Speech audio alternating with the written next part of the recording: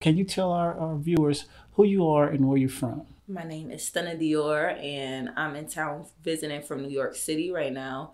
I was born in Detroit, and I was raised in Arizona, so I represent the U.S. both sides, east, west, all over. Okay. So how did you come up with your name? Um, Honestly, I've had my name for like 11 years since I was young. And it was just like at first people was always like, why you always stunning on people when you come around? Like I just overdress it. So they call me Stunner.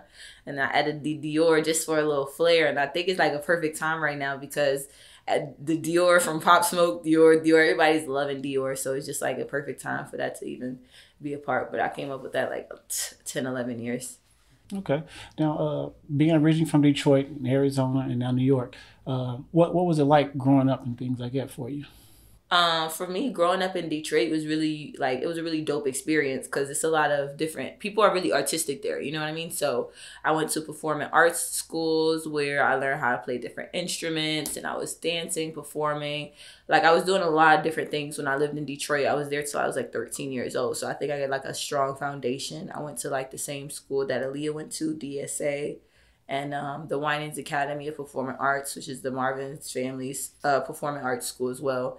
And then I moved to Arizona, and that was just like a little bit of a different like culture shock for me because like predominantly like a Spanish environment. It wasn't a lot of like advanced or like specific type of schools where I could like do training. So I was kind of like an outcast there. But I knew what I wanted to do. I knew I wanted to go to New York and pursue my dreams. So straight out of high school, I graduated, left all my family, went over to New York, and I've been down there rocking and building my career since. And it's been showing me lots of love. So Okay. So out of the three locations, which location did you like the most? I love New York. New York, I would say New York basically made Stunna Dior and shaped it because I was already who I was. But when I got there within a month, New York just like they adopted they adopted like my whole vibe. Like they was like, yeah, I come like it's just like I was a New Yorker. You know what I mean? So I would say definitely New York. That's why the music I'm doing right now, my first tune I had to put out had to be a drill song because I just had to represent where I was from and what I've been doing and show love back to like the community and the people that have been showing me so much love.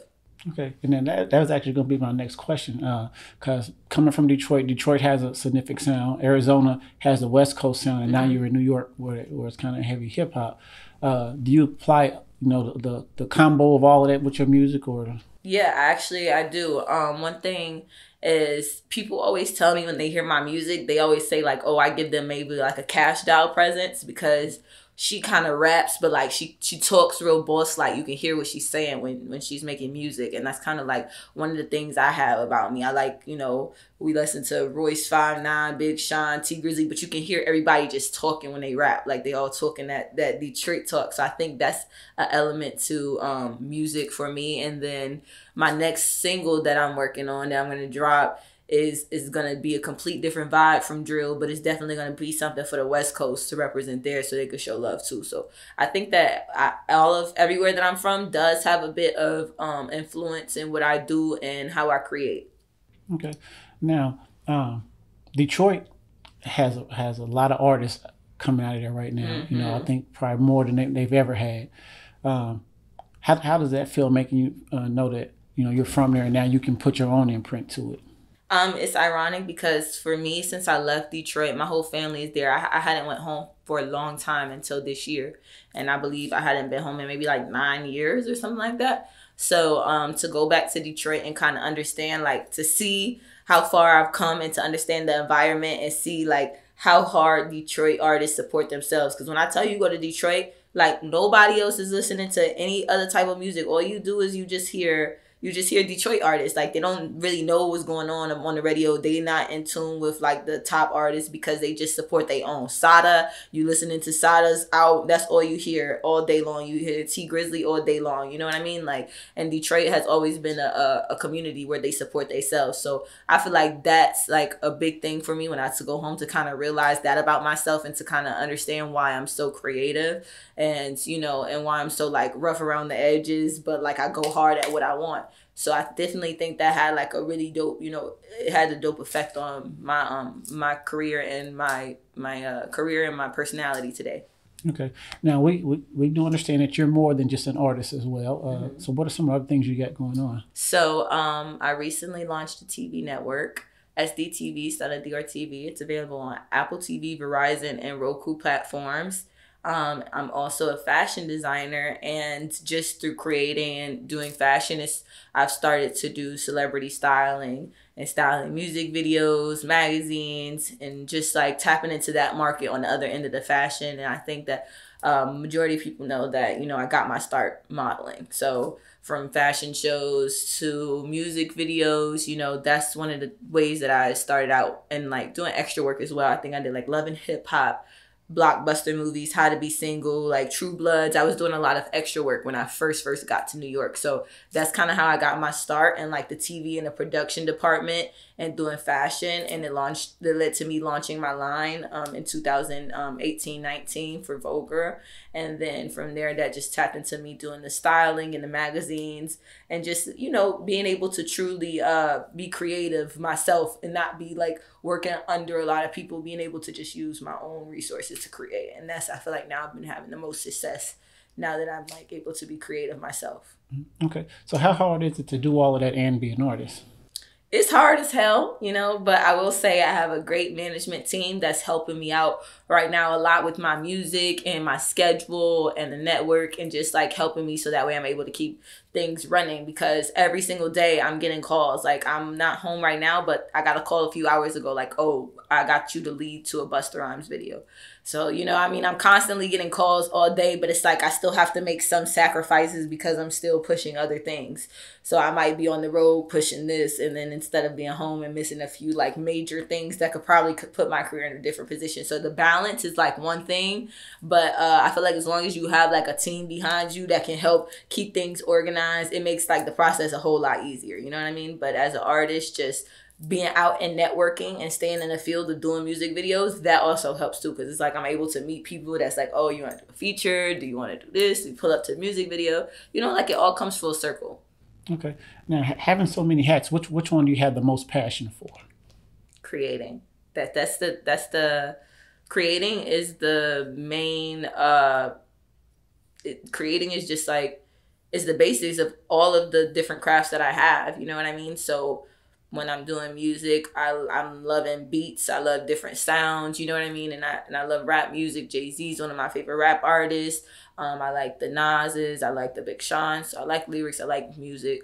So it's just like when I'm in my own zone and I'm able to create, come up with different fabrics and different pieces and looks that I think for fashion, or when I'm in my element on set and I get to come up with different ideas for props or set development on how we could put things together for a visual aesthetic, all of that creating, that's my favorite part of it. Okay. Now, you know, they're saying, you know, this is the time for the woman empowerment. When you look at inspiration or people to set your goals to reach, who are some people that come to mind for you? People that inspire me? Yeah. I've always been inspired by the Oprahs and the Tyra Banks and the serial entrepreneurs like that. You know what I mean? I always looked up to Tyra Banks growing up, because she had America's Next Top Model, and she was a model who had been doing this for a long time and then began to create a platform for others. You know what I mean? And that was something that I kind of remodeled a lot of things in my career after, just sharing my platform with others, so that way we can all get on, or I could teach whatever I know to the next generation, because I can't do everything by myself. And, you know, life is only but so short. So I think that Tyra Banks, as well as Oprah Winfrey, she's a Aquarius just like I am, you know what I mean? And I just love hosting and talking and just watching those elements and acting, and these people that are serial entrepreneurs and represent their community and what it means to be like a strong Black woman that's smart and still like cool and sassy. Like, those are some of the most people. Outside of that, the only person that I really look up to outside of my mother is myself. So I think I'm just inspired by those people and what they do. But truly, everything that I feel like I come up with in my head, I feel like I pull it from just wanting to be me and wanting to create and express.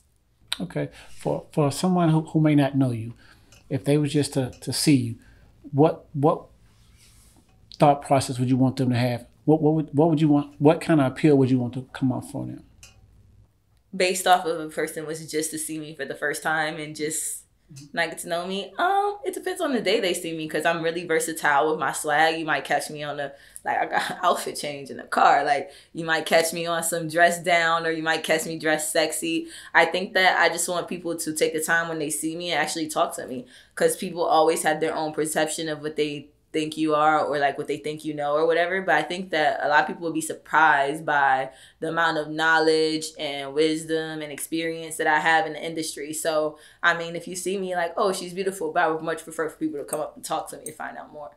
Okay. Now, if you could give a word of advice to some younger girls who may be trying to accomplish some things, what would you tell them? For younger girls that's coming in the game to be an entrepreneur, to be a model, artist, whatever you want to be, one of the most valuable things I could say is stay true to yourself, follow your gut instinct, and set a goal and always work towards that, no matter what you incur in life, because life is it's not gonna always be easy, and it's gonna throw different things at you. But if you have that goal in mind, saying, oh, I want to do this, I want to open my store, or whatever your goal be, it could be to graduate college, just to stick through that, through everything, and then doors are gonna open for you, because that's just how the universe works. So I think that's like the most valuable piece of information. Like, don't give up. Okay. Now, a lot of people have hurdles in the industry. Mm-hmm. What was that one hurdle that held you back until you finally got over it? You was like, okay, I got this. Hurdles that held me back. I feel like I don't even want to say relationships. I feel like maybe relationships, but personally, I'm just not a person that's like, there's things, like I said, there's things that happen in life, but no matter what, I sacrifice so much for my career. So one thing about me is, it doesn't matter if I'm having a bad day or if a bunch of shit is going wrong. I never really cancel. I always continue to push my craft, because that's like my baby.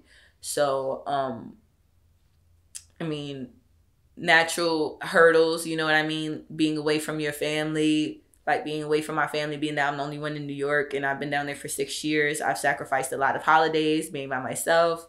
And a lot of moments, a lot of celebrations I've been by myself for, and a lot of things that I had to just go through, just for survival. New York is one of the hardest places to live. And I got there at 18, right out of high school, didn't know one single soul. So I think that I've probably been through a lot of shit as long as I've been in New York. I just don't let it affect me. Like right now, I'm just like, I can't even think about it, because all I know is like where I am and where I'm at, I'm happy with, and I've been consistently working since I got there, and that's not going to stop no matter what life throws at me. Because if some fucked up shit happens to me, it's like, at the end of the day, why would you stop doing what you're going to do? That's going to really be the setback. You should just continue to focus on what you're going to do. Like, you got to get something out of it. So, okay. So next 2 years, what can we expect from you?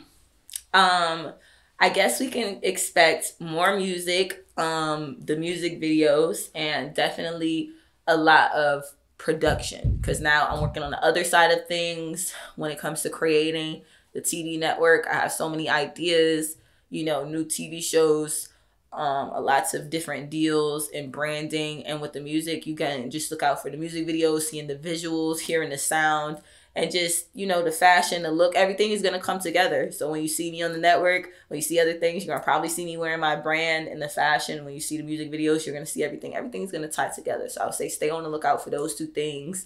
Production side of things, executive producer, supermodel, mogul, rapper, entrepreneur.